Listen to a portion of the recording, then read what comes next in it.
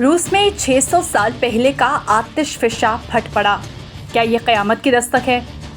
इतवार की रात रूसी मशरकी इलाके गमजातका और क्रिल जज़ायर पर कुदरत का कहर कुछ यूं नाज़िल हुआ कि ज़मीन लरज़ उठी और आसमान स्याह हो गया। 7 शिद्दत का ज़लज़ला जैसे ही ज़मीन की तहों से उभरा, वैसे ही एक सदियों पुराना आतिश फिशा भी अंगड़ाई लेते हुए जाग उठा। कृष्णिकोफ, जो कि गुज़श्ता 600 साल से खामोश था, आखिरकार फट पड़ा। ज़लज़ले के बाद सुनामी की वार्निंग जारी हुई, लोगों के दिल दहल गए। मगर सवाल यह है कि क्या कुदरत हमें सिर्फ मुतनब्बे कर रही है या ये शुरुआत है उस अंजाम की जिसका जिक्र सदियों से होता आया है। आतिश फिशा ने आसमान पर 6000 मीटर बुलंद राख का बादल भेज दिया जो बहरुल काहिल की तरफ बढ़ रहा है।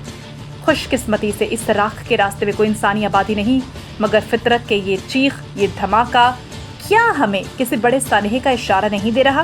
क्या ये सब महज इत्तफाक है जब दुनिया भर में दर्जा हरारत रिकॉर्ड सतह पर जा रहा है, जब यूरोप में दरिया सूख रहे हैं, जब अमेरिका और कनाडा के जंगलात में आग से लाखों एकड़ जल रहे हैं, जब ग्लेशियर पिघल रहे हैं, समंदर की सतह बुलंद हो रही है और अब जब जमीन हिल रही है और आग उगल रही है, तो क्या ये सब महज फितरी मज़ाहिर है या ये आखिरी ज़माने की वो अलामात हैं जिनका जिक्र आसमानी सहीफ़ों, फ़लसफ़ों और पेशगोइयों में होता आया है?